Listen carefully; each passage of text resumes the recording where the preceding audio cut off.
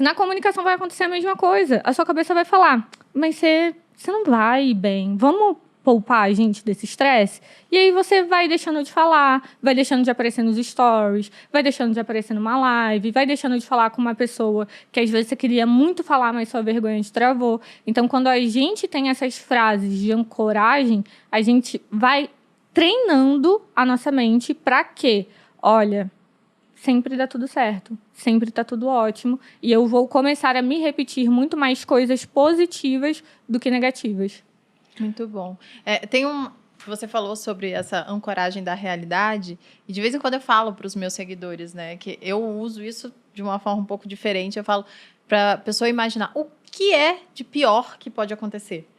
Né? Se eu derrubar o café aqui na minha roupa branca, o que vai acontecer? Vai ter café na minha roupa branca, eu vou limpar depois, eu vou dar uma risada, a gente vai fazer uma piada sobre isso, toda desastrada, não sei o quê, e vou seguir o jogo. Então, não vai morrer, exatamente. E aí, no final das contas, quando a gente conversa com o nosso subconsciente, que está criando 1000 desculpas, e você pensa, né, qual o pior vai acontecer, você percebe que nunca é algo tão ruim assim. Algo que vai, acabar com a sua vida, acabar com a sua imagem, acabar com qualquer coisa, sua reputação. Então, você vai conseguir salvar. Então, tá tudo bem, vamos embora. Nossa, você falou uma técnica muito legal, e aí eu gosto de colocar uma segunda etapa nela. Quando eu vejo que a pessoa não está conseguindo controlar o pensamento dela por causa da história muito trágica que ela está contando, eu falo, faça uma lista, então, de tudo que pior pode acontecer. Só que aí, qual é a segunda parte? Do lado, a sua obrigação é dar pelo menos 2 soluções para todos os cenários ruins que podem acontecer.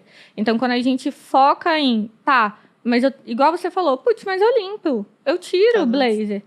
Você se ancorou na solução. Então, pronto, tá feito. É ali que você tem que se ancorar sempre. Você falou isso, os estoicos, é um termo em latim, né, que eu queria falar complicada, porque vem dos estoicos. Agora você tá nessa, né? Mas é o premeditatio malorum. Que é isso? É premeditar o que de ruim pode acontecer. Porque várias vezes você vê que o ruim não é tão ruim assim. Eu pensei isso quando eu fui sair do exército. A gente sentou junto e pensou, o que pode de muito ruim acontecer?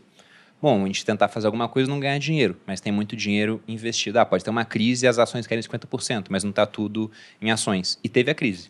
Veio o Covid e parou de pagar dividendos durante um tempo, por exemplo. Eu posso ficar doente, mas mesmo assim a gente tem dinheiro guardado e sou jovem, eu vou me recuperar rápido. E eu fiquei doente. Tive hernia de disco, fiquei 2 meses de cadeira de rodas. Então, quase tudo que eu pensei que ia ser ruim e poderia acontecer, no final aconteceu, não foi tudo ao mesmo tempo. A pandemia foi 4 anos depois que eu saí do exército, a hernia de disco foi 2 anos depois, então ainda conseguimos acumular mais patrimônio. E mesmo assim, valeu super a pena. Apesar das coisas ruins que aconteceram, no final você aprende com essas coisas, né?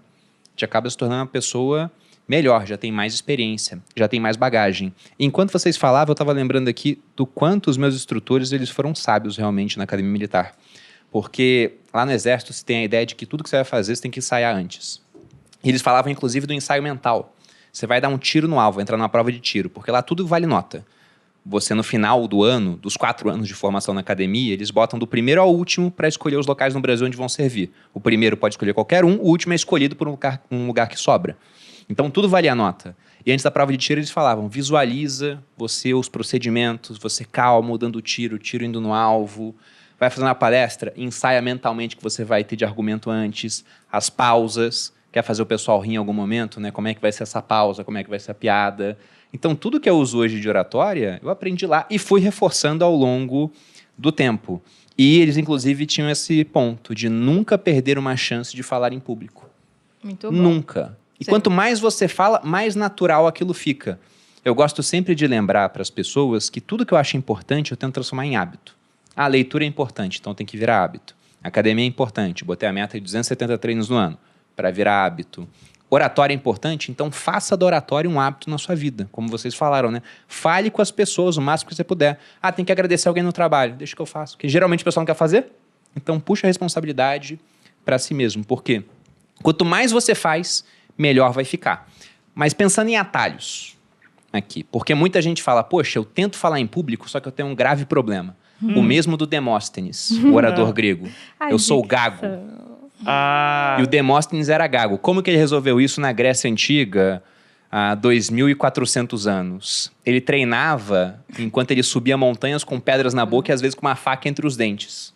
Nossa. Não aconselho que vocês façam isso. Acho que não precisa. Tá, não acho aconselho. Ele, desnecessário. inclusive, raspou a cabeça, raspava a barba errado pra não sair de casa, ficar treinando. Mas ele tinha um motivo. Ele Como é que é isso? Ele fazia isso.